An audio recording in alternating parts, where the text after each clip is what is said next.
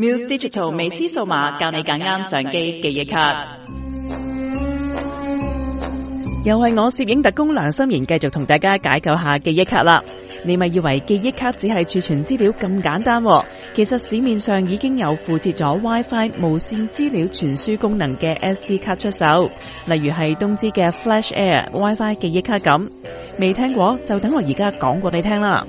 其實原理好簡單嘅啫，就係喺 SD 卡入邊加入 WiFi 模組，變身成小型 WiFi 發射站，唔需要 Internet 連接或者係無線接入點，更加唔使經過電腦設置，拆開包裝就即插即用。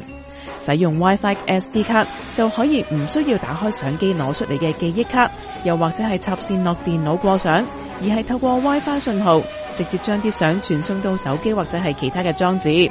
特別係喺啲唔係咁方便打開相機攞出記憶卡嘅環境之下，例如係沙灘啊，裝咗潛水機殼嘅相機，又或者係上咗腳架嘅情況之下，自然就更加方便啦。而同朋友聚會高興嘅時候，影埋一大堆嘅合照，喺冇網絡同埋電腦嘅情況之下，亦都可以透過 WiFi 卡分享相片。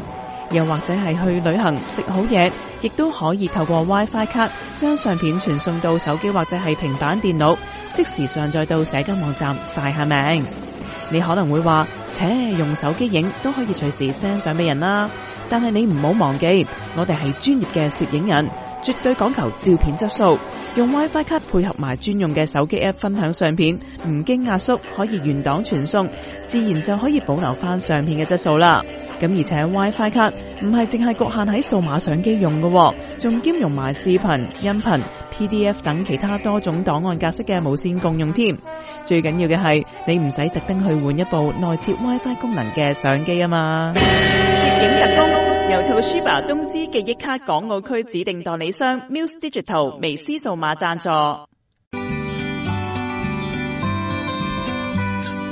微距好風光。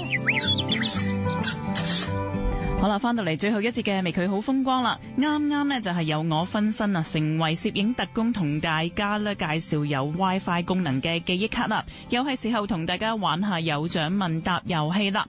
由而家起直到6月28號，我哋嘅節目呢都係會送出 SD 卡獎品俾大家，儲多啲子彈嘅。除咗喺節目入邊問問題之外，亦都會喺節目完結之後啦，貼翻到我哋呢就係微距好風光嘅 Facebook 專頁嗰度嘅。咁所以呢，錯過咗呢個節目嘅朋友啦，記得上翻我哋嘅 Facebook 專頁嗰度啦，睇翻有關嘅問題啦。好啦，先同大家講翻上個星期嘅問題同答案先。嗱，上個星期嘅問題就係根據 SD 卡協會制定嘅 SD 速度等級 Class 4， 即係 Class 4嘅等級嘅卡，讀寫時最低嘅資料傳輸速度係每秒幾多 Mbps 呢？答案就係4 Mbps 嘅。答中而有被抽中嘅朋友，稍後呢，我哋就會有同事通知各位攞獎嘅詳情㗎啦。至於今個星期嘅問題，聽清楚咯，就係使用 WiFi 記憶卡嘅時候，係透過乜嘢信號將相片傳送到手機又或者係其他裝置嘅呢？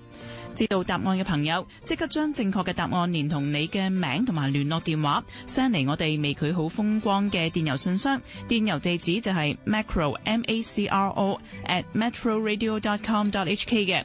截止時間係6月11號嘅星期四中午12點。每個星期答啱而有被抽中嘅6位朋友就可以得獎㗎啦。頭5個星期每人只限2次中獎機會嘅。咁另外呢，我哋嘅新城健康生活博覽2015將會喺6月12號到14號星期五6日一連3日喺灣仔會展 5G 展覽館舉行。時間方面呢，就係上晝嘅10點到晚上7點鐘嘅。攞咗飛嘅朋友記得到時出席咯噃。